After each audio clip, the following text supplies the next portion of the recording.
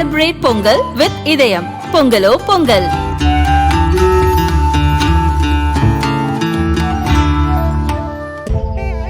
Dear Appa and Amma, this is my time to give you back. Ananya's Nana Nani Homes, a paradise for senior citizens.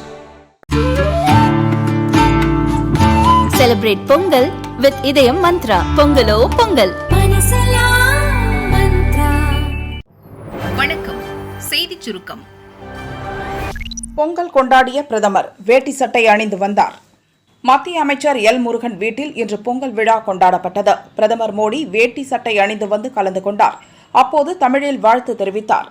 Nirmala Sitharaman, Tamilisai உட்பட பலர் பங்கேற்றனர். புதிய தானியங்களை பொங்கல் திருநாளில் இறைவனுக்கு படைப்பது வழக்கம். சிறுதானிய உற்பத்தியில் 3 கோடி விவசாயிகள் ஈடுபட்டுள்ளதாக மோடி விழாவில் பேசினார்.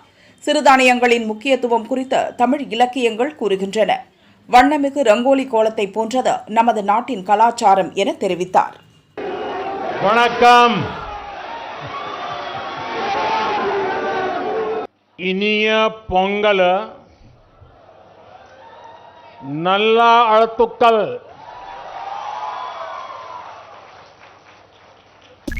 களை கட்டியது பொங்கல் பண்டிகை. 8 லட்சம் பேர் சொந்த ஊர் சென்றனர். பொங்கல் பண்டிகை இன்று போகியுடன் தொடங்கியது. போகி, தைப்பொங்கல், மாட்டுப்பொங்கல், காணும் பொங்கல் என 4 நாள் பண்டிகையாக கொண்டாடப்படுகிறது. நேற்று முதல் புதன்கிழமை வரை தொடர் விடுமுறை வருவதால் பலரும் சென்னையிலிருந்து சொந்த ஊரில் பொங்கல் கொண்டாட புறப்பட்டனர். அரசு போக்குவரத்து கழகம் 12ஆம் தேதி முதல் சென்னை உட்பட தமிழகத்தின் பல்வேறு முக்கிய நகரங்களிலிருந்தும் சிறப்பு பஸ்கள் இயக்கி வருகின்றன. சென்ட்ரல், எழும்பூர், தாம்பரம் ரயில் நிலையங்களில் மக்கள் கூட்டம் நிரம்பி வழிந்தது. தாம்பரம் ஜிஎஸ்டி சாலை உட்பட பல்வேறு சாலைகளில் கடும் போக்குவரத்து நெரிசல் ஏற்பட்டது. பஸ், ரயில், விமானம் மூலம் இதுவரை சென்னையிலிருந்து 8 லட்சம் பேர் சொந்த ஊர் சென்றனர். கிளாம்பாக்கத்தில் விடிய விடிய காத்திருந்தும் பஸ் வரல. பொங்கலுக்கு சொந்த ஊர் செல்ல கிளாம்பாக்கம் பஸ் ஸ்டாண்டு வந்த மக்கள் கடும் அவதிக்காளாகினர். நாகப்பட்டினம், மயிலாடுதுறை, தஞ்சாவூர், கும்பகோணம், திருச்சி, நாகர்கோவில், மதுரை, சீர்காழி, புதுக்கோட்டை மாவட்டங்களுக்கு போதிய பஸ்கள் இல்லை. போக்குவரத்து அதிகாரிகளும் பஸ் இயக்கப்படும் விவரம் குறித்து மக்களுக்கு சரியாக பதில் சொல்லவில்லை. நேற்று மாலை 6 மணிக்கு வந்தவர்கள் அதிகாலை 4 மணி வரை பஸ் கிடைக்காமல் அவதிப்பட்டனர். பஸ் ஸ்டாண்ட் உள்ளேயே விடிய விடிய கண் விழித்து காத்திருந்தனர்.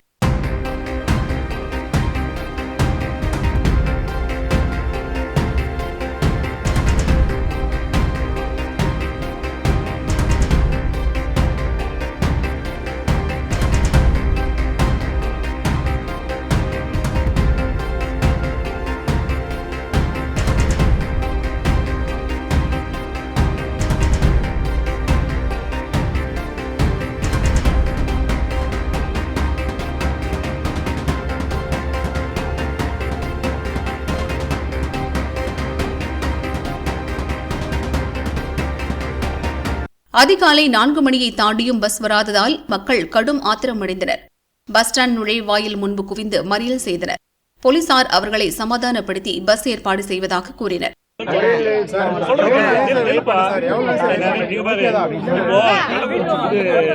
கும்பகோணத்துக்கு பஸ் இல்லை. நீங்க இப்போ 80 பேர் போனாங்களா இல்லையா?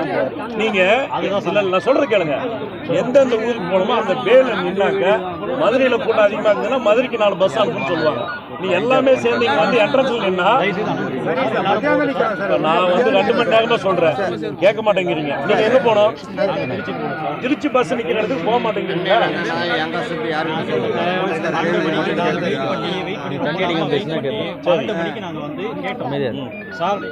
திருச்சி பஸ்ஸே வரல அப்படிங்கறது ஒருத்தர் கேட்டோம். அவர் என்ன சொன்னாரு, வரும் வெயிட் பண்ணுங்கன்னு சொல்லி இங்க கொண்டு 7-8 பொண்ணு இங்க கொண்டு விட்டாங்க. நாங்களும் இங்க வந்து நின்னோம்.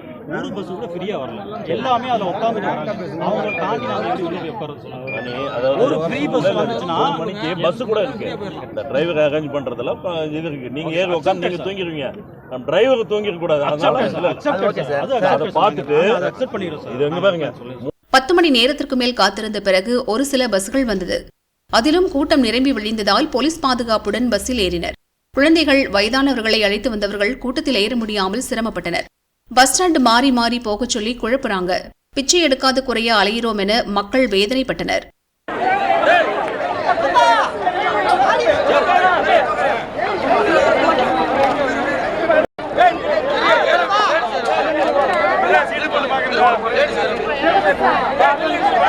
லைன்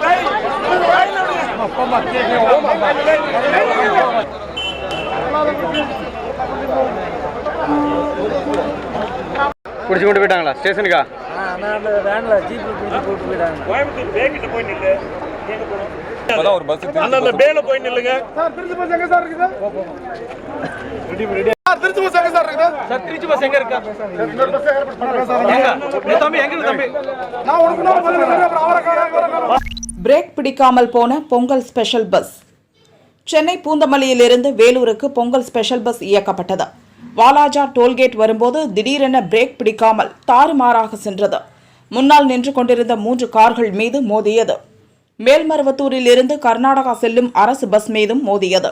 விபத்தில் 15 பேர் காயமடைந்தனர். அவர்களுக்கு டோல்கேட்டில் முதலுதவி செய்யப்பட்டது. பிரேக் பிடிக்காத பஸ்ஸை அங்கிருந்தவர்கள் கற்களை வைத்து நிறுத்தினர்.